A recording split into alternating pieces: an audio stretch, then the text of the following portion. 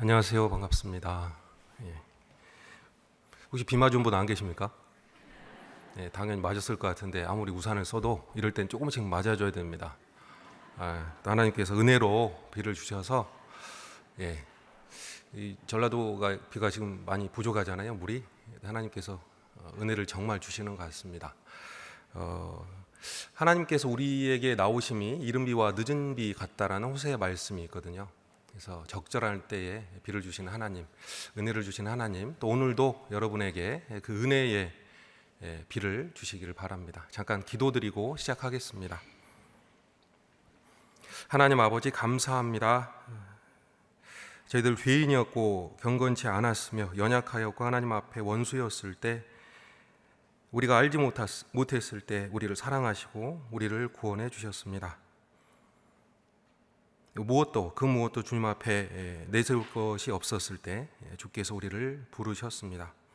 우리의 모든 죄를 다 미리 갚으시고 우리를 귀한 복음으로 그 영광의 광채로 부르셨습니다. 참으로 감사를 드립니다. 그도 모자라 우리에게 귀한 교회를 주셔서 이 안에 마치 집처럼 편안히 살며 또 주님을 찬양하며 살아갈 수 있도록 도와주신 것 감사합니다. 우리에게 주신 모든 은혜, 우리가 무엇으로 보답할 수 있을까요? 주께서 주신 귀한 사랑과 은혜에 더 깊어지기를 원하고 교회 안에 뿌리를 받기를 원하며, 그래서 열매를 맺어가기를 원합니다. 사람들 앞에 빛된 행실로 그들을 주님 앞으로 인도할 수 있도록 도와주시옵소서. 주께서 원하시는 것처럼 우리도 모든 사람이 구원받길 원하고, 그래서 더 많은 사람이 구원받을 수 있도록 도와주시옵소서. 주께서 오늘 귀한 어머니의 모임으로 저희를 부르셨습니다. 필요한 말씀으로 채워주셔서 주님에 대해서 더욱 알아가고 지혜와 능력과 주님을 향한 마음을 가질 수 있도록 도와주시옵소서. 특별히 벌격교회에서 집회 진행하고 계시는 담임 목사님에게 주님 함께 해주시기를 원합니다. 오늘의 모든 일정 주님께 부탁드리며 우리를 사랑하시는 예수님의 이름으로 기도드렸습니다. 아멘. 우리 성경 함께 찾으시겠습니다. 성경 디모데전서 1장입니다. 디모데전서 1장 12절입니다.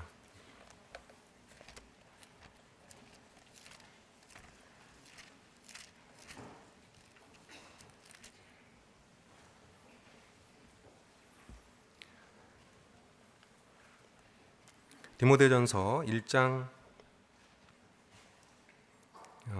12절부터 제가 17절까지 읽어드리겠습니다.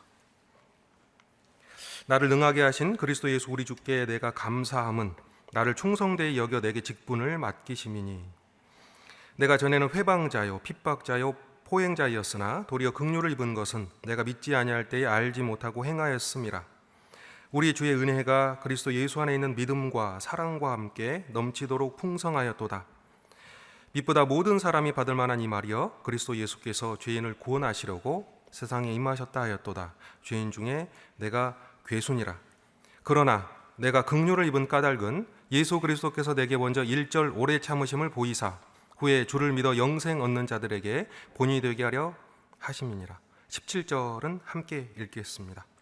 만세의 왕 곧 썩지 아니하고 보이지 아니하고 홀로 하나이신 하나님께 존귀와 영광이 세세토록 있을지어다.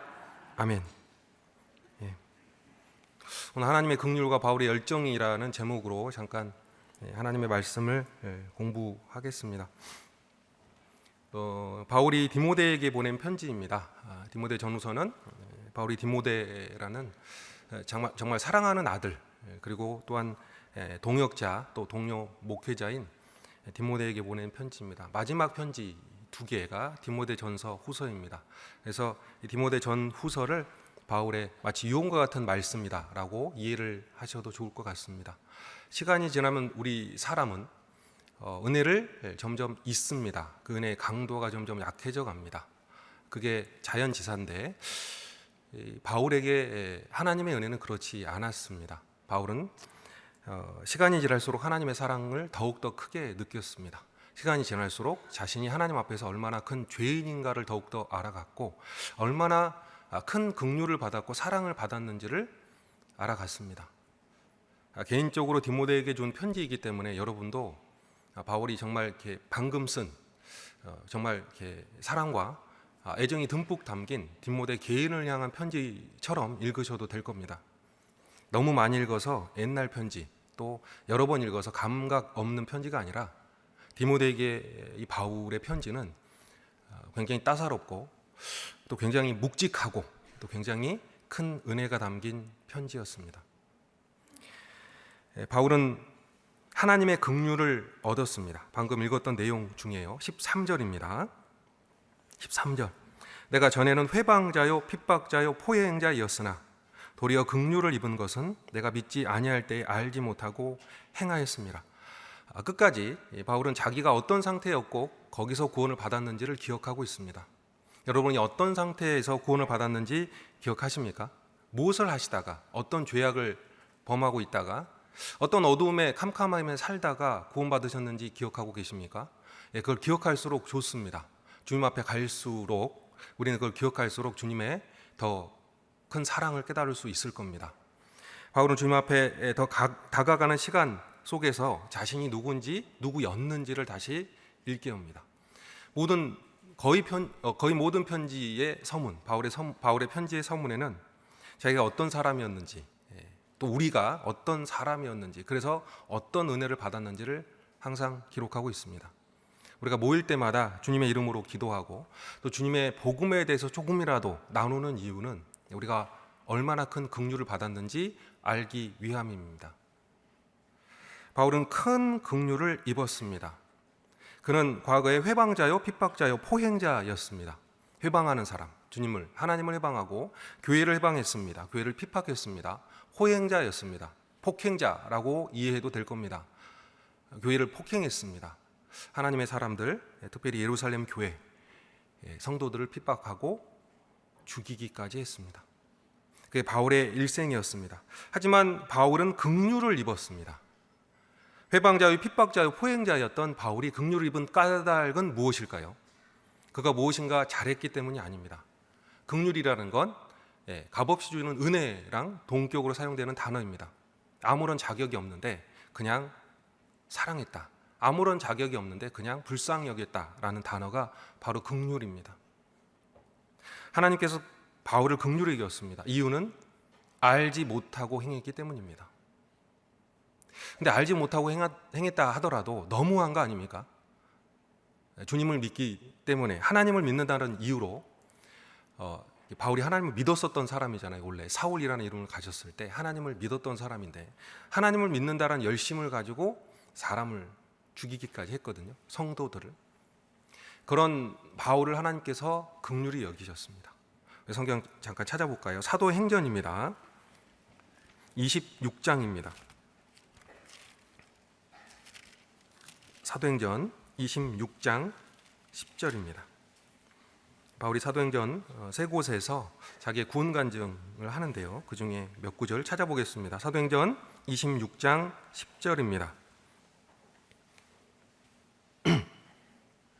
예루살렘에서 사도행전 26장 10절입니다.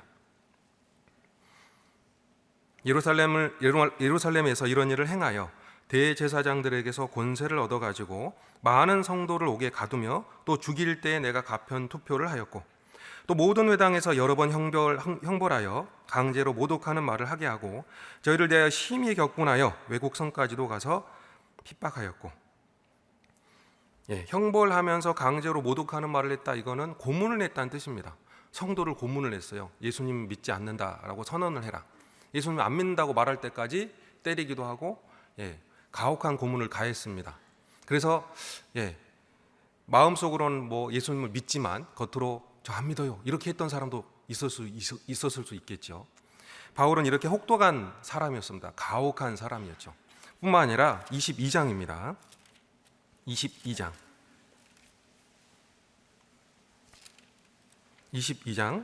4절입니다. 22장 4절. 내가 이 돌을 핍박하여 사람을 죽이기까지 하고 남녀를 결박하여 옥에 넘겼노니. 그러니까 바울이 행했던 자기 과거의 일, 기록되어 있습니다. 내가 이 돌을 핍박하여 사람을 죽이기까지 하였다. 얼마나 나쁜 사람이었습니까? 근데 하나님께서 왜 이 사람을 구원해 주셨을까요? 첫 번째 이유는 알지 못했기 때문에, 알지 못한 상태에서 이런 짓을 했기 때문입니다. 사람을 죽이기까지 해도 하나님께서는 긍휼히 여기십니다. 정말 가슴 아프고 마음 아프게 사랑을 하시는 거예요. 그냥 조건 없이, 이유 없이.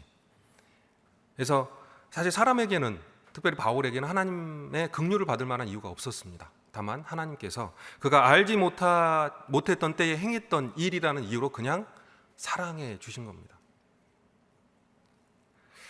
모든 사람은 사실 알지 못하는 상태에서 삽니다. 태어날 때부터 하나님을 모릅니다. 죄성을 가지고 죄를 지으면서 살아가고 있습니다. 지옥이 있는지도 천국이 있는지도 알지 못합니다. 심지어는 자기를 정말 사랑해서 죽기까지 하신 분이 있다는 사실도 모릅니다. 누가 이 세상을 창조했는지도 모릅니다. 그래서 다 긍휼을 받아야 돼요. 하나님께서 바울을 긍휼히 여겼다라는 그 긍휼은 동일하게 우리에게도 적용이 됩니다. 우리가 알지 못한 때에, 하나님도 모르고 아무것도 모를 때에 하나님을 대적하고 살 수 있었지만 하나님께서 우리를 구원해 주셨습니다. 그냥 거저 아무런 이유 없이. 예수님을 죽였던 사람들, 그들이 예수님이 누군 줄 알았을까요? 그가 정말 모든 사람을 심판할 하나님 자신이라는 걸 알았다면 예수님을 죽였을까요? 그 예수님이 지옥의 주관자고 천국의 주관자라는 걸 알았다면 정말 예수님을 죽였을까요? 아니요, 몰랐으니까 죽인 겁니다. 베드로와 요한이 전도를 했습니다. 사도행전 3장에 전도를 하는 과정에 하는 말입니다. 너희가 생명의 주를 죽였다. 유대인 너희들이 생명의 주를 죽였다. 생명의 주는 생명을 주관하는 분이에요. 삶과 죽음을 주관하시는 분. 그 생명의 주를 죽였다. 그러나 너희가 알지 못하고 행한 줄 아노라. 너희 관원들도 알지 못하였노라. 너희가 알지 못하고 죽였으니 회개하라. 알지 못하고 죽였으니 하나님께서 그걸 다 알고 계시다. 그래서 너희를 받아들이기를 원하신다. 그래서 많은 유대인들이 회개를 했죠. 알지 못하고 행한 것 주께서 긍휼히 여기십니다. 도피성이라는 성이 있었습니다. 범죄를 했을 때, 사람을 죽였을 때 도망갈 수 있는 성입니다. 근데 조건이 있습니다. 오살했을 때, 사람을 죽였는데 의도 없이 사람을 죽이게 됐을 때 그 도피성이라는 곳으로 빨리 가거든요. 빨리 가면 거기에 있는 제사장이 그 오살한 사람, 사람을 잘못 죽인 그 사람을 성에 받아들이고 보호를 하게 돼 있거든요. 도피성은 오살한 사람을 위한 도피할 수 있는 피난처입니다. 하나님께서 그 요단강을 중심으로 해서 좌우에 세 곳씩 여섯 곳의 도피성을 지정해 주셨어요. 이스라엘 사람 중에는 누구든지 잘못해서 사람을 죽인 사람, 고의가 아니라 오류로 사람을 죽인 사람들이 있을 거기 때문에 도피성을 마련해 두었습니다. 모르고 죽인 사람, 그게 오살이잖아요. 도피성은 바로 우리를 위한 예수 그리스도를 상징합니다. 우리가 몰랐으니까 예수님을 욕하죠. 몰랐으니까 하나님을 거절합니다. 몰랐으니까. 지옥이 진짜 있다라는 걸 진짜 안다면요, 누가 거기 가고 싶겠어요? 모르니까, 안 받아들여지니까 그렇게 생각을 하는 거예요. 예수님을 거절하는 것이 얼마나 큰 건지 모르니까 거절하는 겁니다. 그러니까 전도할 때 화내면 안 돼요. 사람들에게. 모르니까 그런 거예요. 정말이라는 걸 알았다면 절대로 그렇게 반응하지는 않을 거거든요. 사람은 자기보다 조금만 높은 사람이 있어도 두려워하거든요. 의식을 하게 돼 있거든요. 진짜니까. 근데 하나님에 대해서 알지 못하고 정말 지옥을 모르니까 그런 겁니다. 알았다면 예수 그리스도를 반드시 받아들일 수밖에 없습니다. 정말 알았다면. 고린도전서 2장 8절에서도 그런 표현을 쓰십니다. 성경은 저희가 그 세대의 사람들은 아무도 그 지혜를 알 수가 없었다. 저희가 알았다면 영광의 주를 십자가에 못 박지 아니하였으리라. 그 지혜는 이 세대의 권한이 아무도 몰랐다. 주님께서 지혜를 주지 않았다면 우리는 아무도 구원받을 수가 없었을 겁니다. 알지 못했었을 거니까. 그래서 우리가 다른 사람을 향해서도 똑같은 긍휼을 베풀어야 합니다. 모르니까 그런 거예요. 그래서 받아들여야 되는 거예요. 너도 알면 바뀔 거야. 너도 알면. 예수님 얼마나 사랑하시는지, 지옥이 얼마나 무섭고 정말 소름 끼치는 곳인지 진짜 알면 바뀔 수 있습니다. 아니, 바뀔 거예요. 그런 마음으로 우리가 긍휼을 가지고 사람들을 대해야 돼요. 반응에 따라서, 상대방의 반응에 따라서 우리도 반응하면 안 됩니다. 모르면 얼마든지 극악무도한 죄도 지을 수 있잖아요. 사도 바울은 모를 때에 핍박자, 회방자, 포행자였습니다. 성도들을 죽이기까지 했었던 사람입니다. 존 뉴턴이라는 성경 작곡가, 어메이징 그레이스, 하나님이 정말 놀라운 은혜로 나를 구원하셨다라는 사람은 노예 선장이었습니다. 노예를 사고 파는 사람이었다고요. 하나님을 알았기 때문에 구원받은 거죠. 모르고 행했었던 그 죄들을 하나님을 알고 있었고, 그래서 그 사람을 구해 주신 겁니다. 또 하나 사도 바울이 긍휼을 받았던, 긍휼을 입은 이유가 있습니다. 다시 돌아가 보겠습니다. 디모데전서 1장입니다. 디모데전서 1장 16절입니다. 디모데전서 1장 16절. 그러나 내가 긍휼을 입은 까닭은 예수 그리스도께서 내게 먼저 1절 오래 참으심을 보이사 후에 주를 믿어 영생 얻는 자들에게 본이 되게 하려 하심이니라. 사도 바울이 이 성경 안에 방금 긍휼을 입은 이유 두 가지를 설명하고 있는데, 이번이 두 번째입니다. 내가 긍휼을 입은 까닭은 주님께서, 예수 그리스도께서 내게 먼저 1절 오래 참으심을 보이사 후에 주를 믿어 영생 얻는 자들에게 본이 되게 하려 하심이라. 주님이 긍휼을 바울에게 베풀었던 이유는 오래 참음이 무엇인지 알게 하려고. 왜요? 하나님의 오래 참음이 무엇인지, 예수 그리스도가 얼마나 오래 참는지, 어떻게 오래 참는지를 알게 하시려고. 후에 예수님을 믿을 사람에게 바울은 본이 되는 거예요. 바울같이 살아도 주님께서 참아 주시는구나, 그리고 구원해 주시는구나, 소망이라는 게 생기는 거예요. 자기에게 소망이 생기는 거예요. 바울처럼 누군가 죽이더라도 주께서 그 사람을 살릴 수 있구나, 그 사람을 구원할 수 있구나라는 소망을 주는 거예요.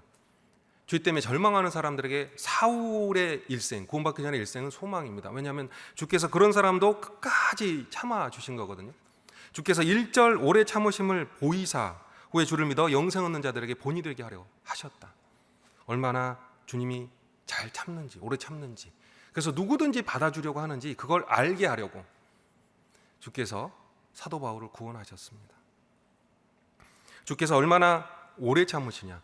주님은요, 여기 2장 4절인데, 디모데전서 2장 4절에 모든 사람이 구원받길 원해요. 하나님은 모든 사람이 구원받길 원하십니다.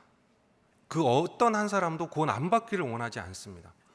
성경 에스겔 18장 23절에서는 내가 어찌 악인의 죽는 것을 조금인들 기뻐하랴. 그 길에서 또 떠나서 돌이켜 살기를 원하지 아니하랴. 나는 악인이 죽는 것을 조금도 원하지 않는다라고 말씀하십니다. 절대 원하지 않아요. 주의 약속은 어떤 이에 더디다고 생각하는 것 같이 더딘 것이 아니라 오직 저희를 대하여 오래 참으사 아무도 멸망치 않고 다 회개하게 이르기를 원하시느니라. 아무도 멸망치 않기를 하나님이 원해요. 왜요?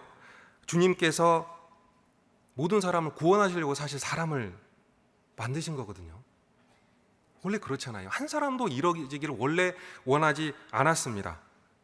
너희를 대하여 오래 참으사, 너희를 대하여 참으사 아무도 멸망치 않고 회개하게 이르기를 원하신다. 오래 참으사 언제까지요? 아무도 멸망치 않고 다 회개하기까지 주님은 참고 싶은 마음이 있어요. 아무도 멸망치 않고 다 회개하기까지 주님은 오래 참고 싶으시다고요. 단 한 사람도 멸망하기를 원하지 않는 거예요. 그 사람에 대해서 일조 오래 참고 계셔요. 바울을 오래 참은 것처럼, 우리가 손 놓고 있는 그 사람을 오래 참고 있는 것처럼 주님은 아직도 그 사람을 오래 참고 있습니다. 내가 어찌 악인의 죽는 것을 조금인들 기뻐하랴. 그 역사상 가장 나쁜 사람들 성경에 있습니다. 그 중에 하나가 므낫세라는 사람이에요. 수없이 많은 사람을 죽였습니다. 그 피가 예루살렘에 막 흘러 넘쳤어요. 므낫세라는 왕이요. 많은 사람을 죽였거든요. 그냥 버려두고 싶을 겁니다. 우리가 생각할 때 이 사람은 절대 아무도 관심 기울이지 말고 절대 가까이 가지도 말고 그럴 정도로 사악한 사람이 성경 안에 있었거든요. 므낫세라는 사람이 그랬습니다. 근데 주님이 그 므낫세를 오래 참으셨어요. 사실 므낫세의 죄는 엄청나서요. 그래서 유다가 망한 거예요. 유다가 망한다라는 남유다가 망한다라는 이야기를 성경에서 찾을 때는 므낫세가 등장을 합니다. 므낫세 때문이야 라고 하나님이 말씀하셔요. 그런 정도로 하나님이 그 죄에 대해서 크게 여긴 거거든요. 나라가 망하게 할 정도로 큰 죄를 주님께서 긍휼히 여겨서 므낫세를 끝까지 구원해내십니다. 끝까지 참아내세요. 결국 므낫세는 회개합니다. 주님 앞에서. 주께서 그렇게 기다리시는 거예요. 가끔 큰 죄를 짓는 사람, 우리 주변에 말하고 싶지도 않을 때가 있습니다. 친척들 중에서도 거절하는 사람은 더 이상 굽신굽신하면서 복음을 알려주고 구원에 이르는 그 방법을 알려주고 싶지 않을 때가 있거든요. 근데 주님이 그러지 않으셨어요. 주님은 1절 오래 참으셨습니다. 바울을 끝까지 오래 참으셨잖아요. 예수님 옆에 죽어가던 강도 기억하시죠? 양쪽에 강도가 있었습니다. 주님은 끝까지 참으셨어요. 그들을 위해서 기도하시고 그들을 전도하셨습니다. 그래서 결국 한 사람이 구원을 받잖아요. 그 십자가에 죽었다는 말 자체가요, 굉장히 큰 죄인이라는 뜻이에요. 웬만한 죄를 지어서는 거기 못 박힐 리가 없거든요. 그러니까 예수님과 비슷한 위치에 못이 박힌 거잖아요. 그것도 세상에서 가장 잔인한 방법으로 못 박혀 죽었다라는 건 그만한 죄를 지은 사람이라는 뜻입니다. 근데 그 사람을 주님께서 계속 용납해 주잖아요. 주님께 욕을 계속 하는데 주님은 가만히 계시잖아요. 참아주시잖아요. 끝까지. 결국 회개할 때까지. 그가 드디어 주님께 말합니다. 예수여, 당신의 나라 임할 때에 나를 생각하소서. 얼마나 미안했을까요? 그 십자가에 못 박힌 그 6시간 동안, 예수님이 못 박힌 6시간 동안 계속 욕을 했을 거 아니에요. 그러다가 마음을 바꿨어요. 주님은 참으신 겁니다. 그게 없었다면, 주님의 참으심이 없었다면 그 강도는 절대 구원받을 수가 없었을 겁니다. 우리의 모습도 그렇습니다. 주님이 우리를 오래 참으셨었거든요. 우리가 모르지만 주님이 계속 우리를 오래 참으셨습니다. 구원받고도 주님은 우리를 오래 참으셨습니다. 지금도 참으시죠. 지금도 나를 참아주고 계십니다. 사랑은 참는 거잖아요. 1절 오래 참으심은 주님의 진정한 사랑입니다. 조건이 없는 사랑이니까 긍휼이고, 조건이 없는 사랑이니까 자비인 거예요. 우리가 죄로 인해 넘어져 있을 때도 주님 우리가 일어나길 원하시잖아요. 그 죄 때문에도 죽으셨으니까 일어나길 원하시잖아요. 주님이 우리를 그 손으로, 오른손으로 붙드시고 또 우리에게 자비하십니다. 그 온유하심으로 우리를 크게 만드셨습니다. 다윗은 그걸 알았습니다. 그래서 시편 18편에서 다윗이 그런 말씀을 해요. 주의 온유함이 나를 크게 하셨습니다. 주께서 그 오른손으로 나를 붙드시고 주의 온유함이 나를 크게 하셨습니다. 주님은 나를 참아주셨어요. 그래서 우리가 큰 겁니다. 지금까지 살아온 겁니다. 주께서 그 십자가에서 베풀었던 그 긍휼 그대로, 므낫세에게 베풀었던 그 긍휼과 이 바울에게 베풀었던 그 긍휼 그대로 지금은 우리를 그대로 긍휼히 여기셔요. 그래서 우리를 받아주고 있습니다. 베드로를 받아주셨고 3번이나 부인한 그 베드로를 받아주신 것처럼 우리를 지금도 받아주고 있습니다. 나를 얼마나 사랑하십니까? 주의 그 오래 참으심, 1절 오래 참으심이 우리에게도 본이 됩니다. 바울을 참아주신 하나님, 나도 참아주실 수 있습니다. 그래서 우리는 다른 사람에게도 참아야 합니다. 주께서 보여주신 그 긍휼대로 우리도 다른 사람에게 그 오래 참음을 보이는 겁니다. 그게 사랑이니까. 사랑은 오래 참습니다. 그리스도인들에게 사랑이 있다는 건 참는 거거든요. 오래 참아주는 거예요. 성내지 않는 겁니다. 성낸다라는 표현은요, 성내진다라는 거예요. 가만히 있는데 성내진 않잖아요, 보통. 누가 나를 화나게 해요. 얼마든지 우리에게는 화나게 하는 환경, 사람, 말이 있잖아요. 그럼에도 불구하고 화내지 않는 거거든요. 그게 성내지 않는 겁니다. 성내는 건 폭발하는 거예요. 참다 그냥 폭발하는 건 그걸 성냄이라고 부르거든요. 그건 참음이 아닙니다. 주께서 사도 바울을 1절 오래 참았잖아요. 성내지 않으셨습니다. 그를 만나주시고 그를 회복시켜 주시잖아요. 그 바울이 들었던 음성이요, 가시체를 뒷발질하기가 고생이다. 얼마나 온유한 말입니까? 너 그렇게 성도들 핍박하고 막 뭐 고문하고 죽이기까지 하는데 그거도 고생이야. 고생. 그렇게 살지 마. 너 지옥 갈래? 라고 말씀하지 않으셨습니다. 오래 1절 참으시고 그 온유함으로 바울을 살리셨습니다. 그 동일한 긍휼로 우리를 살리신 거예요. 우리는 모든 사람을 대하여 오래 참아야 합니다. 교회 안에서뿐만 아니라 교회 밖에서 또한 모든 사람을 대해 오래 참습니다. 심지어는 원수를 사랑하라라는 명령까지 듣습니다. 마태복음 보면 예수님의 이야기가 시작됩니다. 누구든지 마태복음 먼저 보잖아요. 신약성경 마태복음 5장. 너희 원수를 사랑하라. 그 원수들을 위해서 기도해 주라. 이건 긍휼을 뛰어넘어서 긍휼을 가진 그 바탕으로 사람을 사랑하라는 뜻이에요. 원수라도 대적하지 말고 욕하지 말고 끝까지 참아주면서 사랑하고 그들을 위해서 기도하라. 원수가 목마르거든 마시우고 배고파하거든 먹이우라. 로마서 12장에는 성도의 마땅한 태도를 그렇게 이야기하십니다. 우리가 가질 태도는 예수 그리스도께서 사도 바울에게 가지셨던 계속 긍휼히 여기는 올해 1절 참는 그 하나님의 사랑입니다. 그래야 누군가는 구원받거든요. 바울은 그 긍휼을 입었기 때문에 계속해서 복음을 전하며 참고 복음을 전하며 참고 이걸 반복했을 겁니다. 주께서 이 사도 바울을 긍휼히 여겼던 이유, 후에 믿어서 영생을 얻는 자에게 본이 되게 하려고 그 의미 중에 하나가 긍휼을 얻은 사람은 어떻게 바뀔까? 예요. 주께서는 사도 바울을 정말로 오래 참으셨습니다. 그게 긍휼이었잖아요. 그래서 후에 믿는 사람들, 후에 그 본을 보고 믿게 돼요. 나도 구원받을 수 있구나. 강도도 구원받을 수 있고 사울이라는 악한 사람도 구원받을 수 있었으니까 나도 구원받을 수 있구나. 이런 소망이 있죠. 또 하나는 사도 바울에게 하나님께서 긍휼을 베푸셨습니다. 왜냐하면 후에 영생 얻는 사람들에게 본이 되게 하려고. 즉 긍휼이 얼마나 크고 그 긍휼이라는 게 사람을 얼마나 바꿀 수 있는지를 알려주려고. 사도 바울이 살았던 본은 주님께서 긍휼을 베푸셨던 그 이유 때문이거든요. 그래서 우리는 그 사도 바울을 보면서 많은 걸 배웁니다. 왜냐하면 그가 그렇게 살 수 있었던 이유,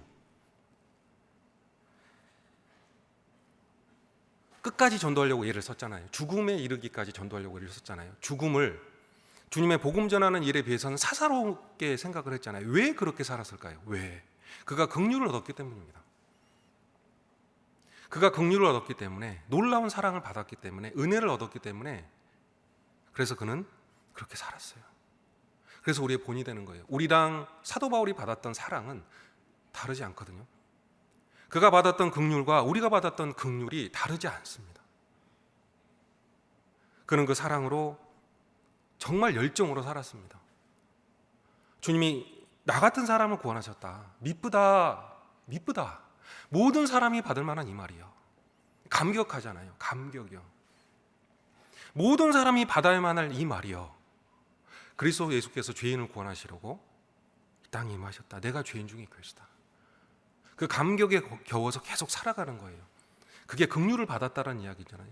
죄인 중에도 가장 큰 죄인이 긍휼을 얻어서 그 긍휼 때문에 이렇게 살아가고 있다. 나의 생명을 내가 조금도 귀한 것으로 여기지 아니하노라. 여러분은 어떻게 사십니까? 동일한 사랑과 동일한 긍휼을 받았던 여러분은 어떻게 사십니까? 바울만큼 살 수가 있거든요. 그게 긍휼이니까요. 모든 사람이 구원받기를 원하고 모든 사람을 구원하기 위해서 애썼던 그 사도 바울처럼 우리는 살기에 충분합니다. 그게 하나님께서 우리에게 베푸신 긍휼이기 때문입니다.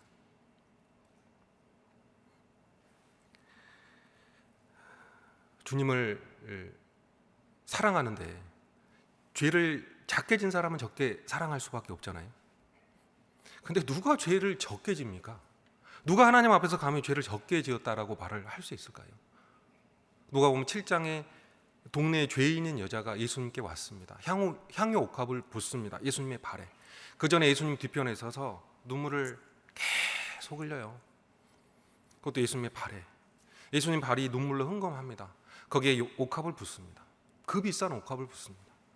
그리고 자기 머리털로 그 예수님의 발을 닦아줘요. 그 더러운 발을 닦아줍니다.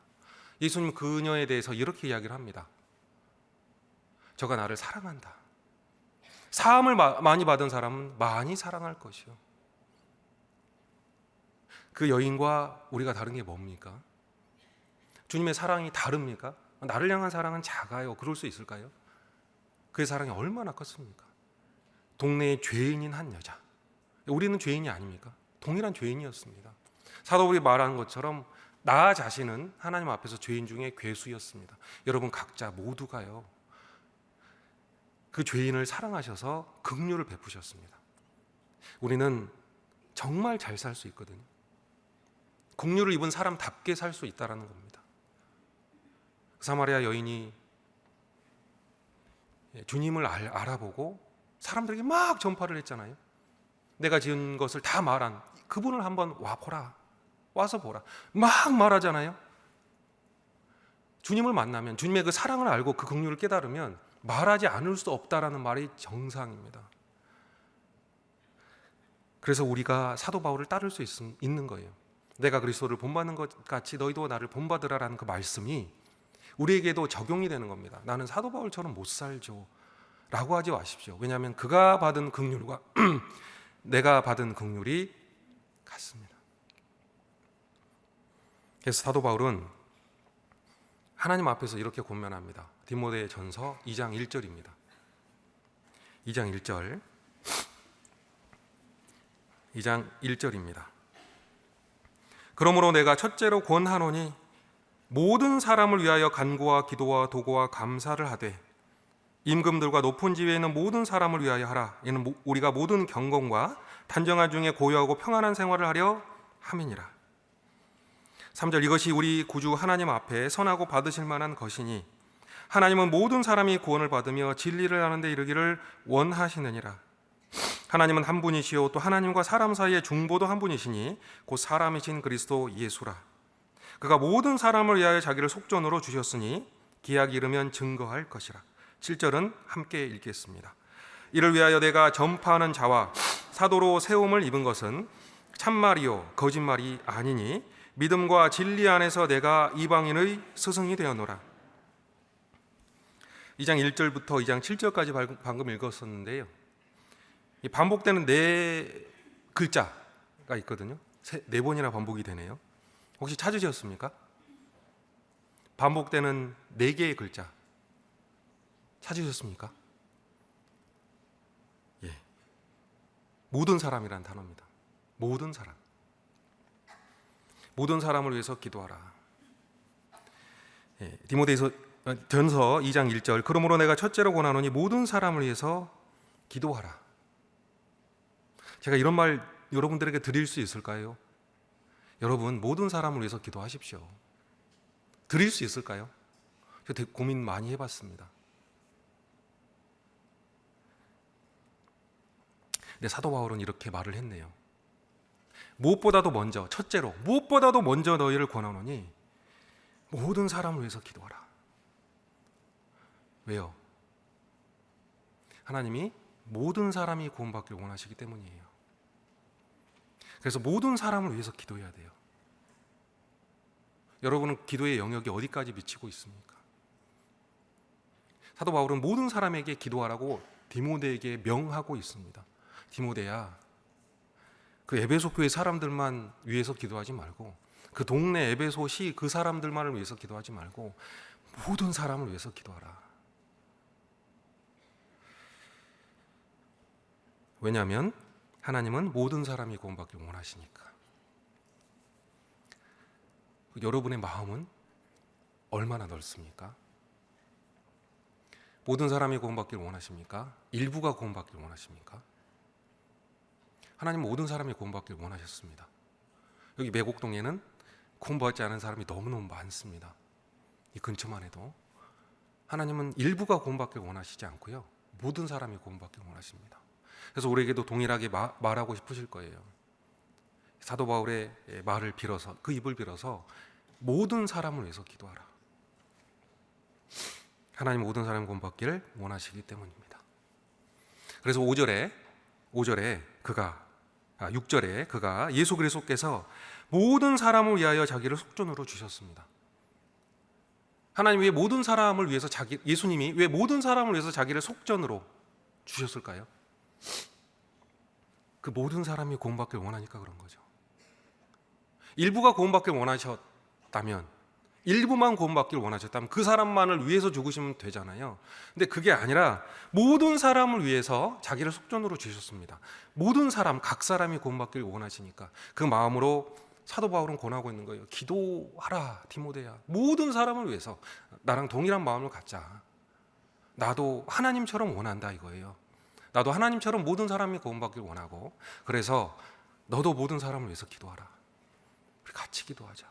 우리 같이 일하자 라는 의미입니다. 그 모든 사람을 위해서 사도 바울은 모든 사람이 구원받을 것처럼 살았습니다. 왜냐하면 자기만 긍휼을 얻을 사람은 아니거든요. 세상에서 가장 나쁜 사람이잖아요. 자기는 죄인 중에 괴수니까. 다른 사람은 다 자기보다 착해요. 그게 죄인 중에 괴수라는 이야기잖아요. 내가 구원받았으면 모든 사람이 구원받을 수 있다는 뜻이잖아요. 그렇지 않습니까? 사도 바울이 구원받았다면 모든 사람이 구원받을 수 있거든요. 나 같은 사람이 여기 앉아 있다면 세상 모든 사람도 앉아줄 수 있다라는 거예요. 그래서 세상 끝까지 전도하기를 원했습니다. 사도 바울은 말 그대로 자기 시대에 세상이 끝날 것처럼 전도를 했어요. 그래서 쉬지도 않고 계속 복음을 전합니다. 예루살렘부터 시작된 하나님의 복음. 바울이 구원을 받고 안디옥에서부터 복음 전도를 시작을 합니다. 이방인 선교를 하기 시작합니다. 10년이 지나서 3차 전도 여행이 끝납니다. 정말 많은 사람을 전도를 했어요. 정말 많은 지역에 전도를 했어요. 세상이 끝날 것처럼, 주님이 바로 오실 것처럼 살았다고요. 주님이 오시면 그 전에 다 적어도 구원받을 수 있는 기회를 줘야 되잖아요. 빌립보서 4장 5절에 너희 관용을 모든 사람에게 나타내라. 주께서 가까우시니라. 그 로마 감옥에 있으면서 바울이 이렇게 이야기를 했거든요. 모든 사람에게 관용을 나타내라. 모든 사람에게. 왜냐하면 주님이 가까우니까. 그때 이미 바울에게는 주님은 가까웠어요. 2000년 후에 지금은 더 가깝죠. 이미 바울은 주님이 온다라고 생각을 하고 있었다고요. 그래서 모든 사람에게 관용을 나타내라. 고린도전서 16장 22절에도 바울이 누구든지 주를 사랑하지 아니하거든 저주를 받을지어다. 주께서 임하시느니라. 주께서 임하시고 있다. 마라나타. 주여 오시옵소서. 그게 마라나타거든요. 헬라어로. 주님 오십니다. 바울이 말한 거예요. 지금 우리가 말하는 게 아니라. 바울은 정말로 주님이 오신다. 확실히 가까이 계시다. 그래서 모든 사람을 전도해야 된다라고 사명으로 살고 있었습니다. 에베소 교회와 에베소 지역 그 소아시아를 전도하면서 그가 내린 결론이 뭐냐면 나는 모든 사람의 피에 대해서 무죄하다라는 말을 했어요. 한 사람이 아니라 모든 사람의 피에 대해서 난 무죄하다. 나는 다 전했다 이거예요. 나는 다 전했다. 주님이 원하셨던 그것 나도 원했고, 나도 모든 사람이 구원받길 원한다. 그래서 나도 끝까지 전한다. 끝까지. 그래서 그는 예루살렘에서 시작된 복음이 저 스페인까지 가도록, 스페인은 서쪽 끝이거든요. 세계의 서쪽 끝. 그 당시 거기까지 부단히도 가려고 애를 썼어요. 로마까지 갔습니다. 성경 로마서 15장입니다.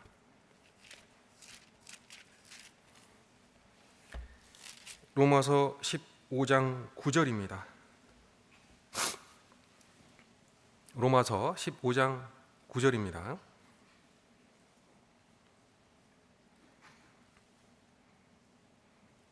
로마서 15장 9절. 이방인으로 그 긍휼하심을 인하여 하나님께 영광을 돌리게 하려 하심이라 기록된 바 이러므로 내가 열방 중에서 주께 감사하고 주의 이름을 찬송하리로다 함과 같으니라. 10절입니다. 또 가로되 열방들아 주의 백성과 함께 즐거워하라 하였으며 또 모든 열방들아 주를 찬양하며 모든 백성들아 주를 찬송하라 하였으며. 사도 바울은 이런 하나님의 예언, 미래의 모든 열방이 하나님을 알게 될 거다, 하나님을 찬송할 거다라는 예언을 성취하기 위해 살았습니다. 근데 이 모든 걸 다 성취하기 위해 살았어요. 시작하기 위해 산 게 아닙니다. 모든 열방이 주를 알고 주님의 구원을 경험하는 이 목적을 달성하려고 산 거예요. 이 세대에, 자기가 살아있는 동안에. 그냥 시작이다, 나중에 수천 년이 지나서 이건 성취가 되겠지, 이게 아니었어요. 정말 모든 사람이 구원받을 것처럼 살았다라는 거예요. 우리의 마음을 넓혀야 됩니다. 그 긍휼은 우리의 마음을 충분히 넓히게 만들 만큼 크거든요. 긍휼에 풍성하신 하나님은 우리를 사랑하신 그 큰 사랑을 인해서 너희가 허물로 죽은 너희가 그리스도와 함께 다시 살아났고 너희가 은혜로 구원을 얻은 것이라. 에베소서 2장에는 그 긍휼이 얼마나 큰지를 이야기하십니다. 긍휼에 풍성하신 하나님이 우리를 사랑하신 그 큰 사랑을 인해서 너희를 그리스도와 함께 살리셨다. 그 그리스도의 은혜가 넘치도록 풍성하였다. 그래서 이렇게 산 거예요. 주님이 원하시는 건 해주고 싶지 않습니까? 주님이 원하시는데 모든 사람이 구원받기를 원하시는 하나님. 사실 나도 그렇지 않습니까? 나도 그렇지 않습니까? 근데 어느덧 그게 희망이 돼요. 그냥 희망. 모든 사람이 구원받으면 좋겠다. 내 가족들 넘어서서 우리 친족이라도 다 구원받으면 좋겠다. 다시 그 생각을 깨셔야 됩니다. 그건 희망이 아니에요. 사도 바울 한 사람을 통해서, 그리고 그와 같이 했던 동역자들을 통해서 그 짧은 시간 내에 서쪽 끝까지 복음이 전해졌습니다. 여기 15장 19절입니다. 15장 19절, 로마서 15장 19절입니다. 이 일로 인하여 내가 예루살렘으로부터 두루 행하여 일루리곤까지 그리스도의 복음을 편만하게 전하였노라. 이때가 사도 바울이 전도 여행을 시작한 지 10년이 안 됐어요.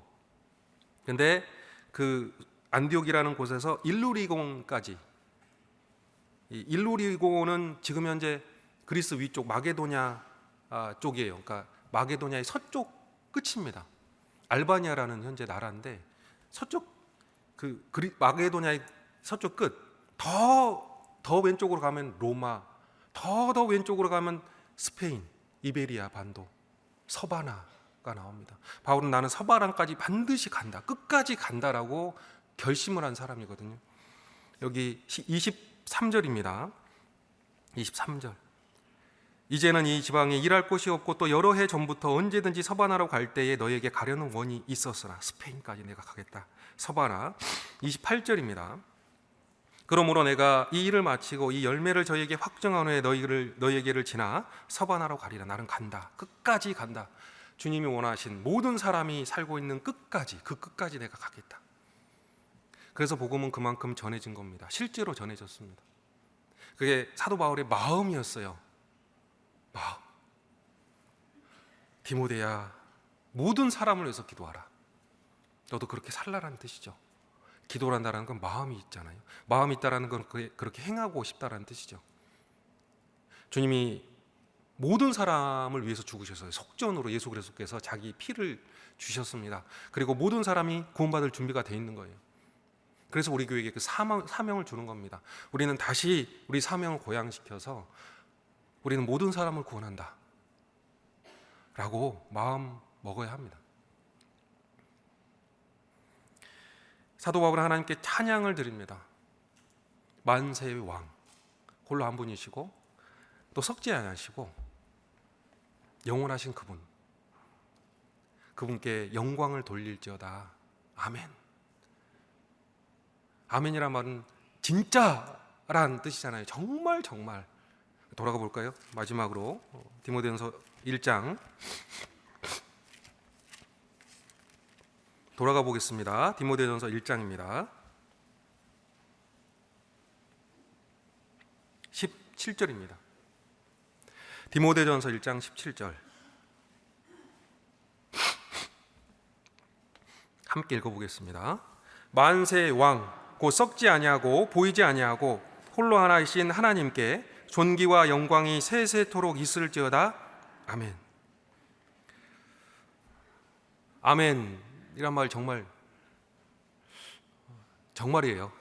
뜻이 아멘이란 말은요, 진심이다, 정말이다.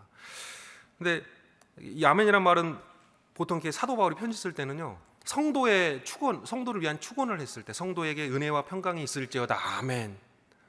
또 하나가 당연히 하나님을 찬양할 때 정말 하나님이 높아지길 원합니다. 아멘. 그러니까 아멘은 진심이 담긴 거예요. 나는 성도를 정말 사랑해서 이 성도들에게 은혜가 있기를 원합니다. 정말 그렇습니다, 주님. 정말입니다. 아멘. 또 하나는 정말 주님이 높아지길 원합니다. 주님께 영광과 존귀가 세세토록 있을지어다. 정말로 주님을 정말 높이고 싶은 거예요. 왜요? 그게 이 앞에 있는 12절부터의 답입니다. 만세 왕이에요. 주님은 만세 왕. 지금 왕이 아닙니다. 만세란 말은 만세 만세요. 영원한 세계의 왕인 거예요. 그 왕이 여러분 한 왕이 어느 집에 있는 바퀴벌레를 생각할 수 있습니까? 한 왕이 어느 집에 있는 개미를 생각할 수 있을까요? 그럴 수는 없거든요. 만세의 왕은 그냥 왕이 아니잖아요. 만왕의 왕이거든요. 온 세계 전 시대를 걸친 왕인데 그 왕이 바울을 생각하고 있는 거예요. 만세 왕이 죄인 중에 괴수요. 아무것도 아닌데, 아무것도 아니거든요. 바울이 이 세상에 인구가 몇 명인데요, 지금만 80억이 살아가는데 옛날부터 지금까지 얼마나 많은 인구가 살겠습니까? 그 중에 하나 바울 같은 나쁜 사람을 기억할 필요조차 없을 텐데 그 만세 왕이 바울을 기억하고 그를 참아 주시고 그를 끝내 구원해 주시잖아요. 만세 왕은 만세 왕으로서 찬양받기에 합당합니다. 바울은 그래서 하나님을 찬양했어요. 예수 그리스도는 세세의 찬양을 받으실 하나님이시니라. 아멘. 그에게 영광과 존귀를 세세토록 돌릴지어다. 아멘. 그죠? 그분은 그분 자체로서 찬양할 만하세요. 근데 우리와 연관됐을 때 그분은 더더욱 찬양받을 만합니다. 그렇게 위대한 분이 나를 아시잖아요.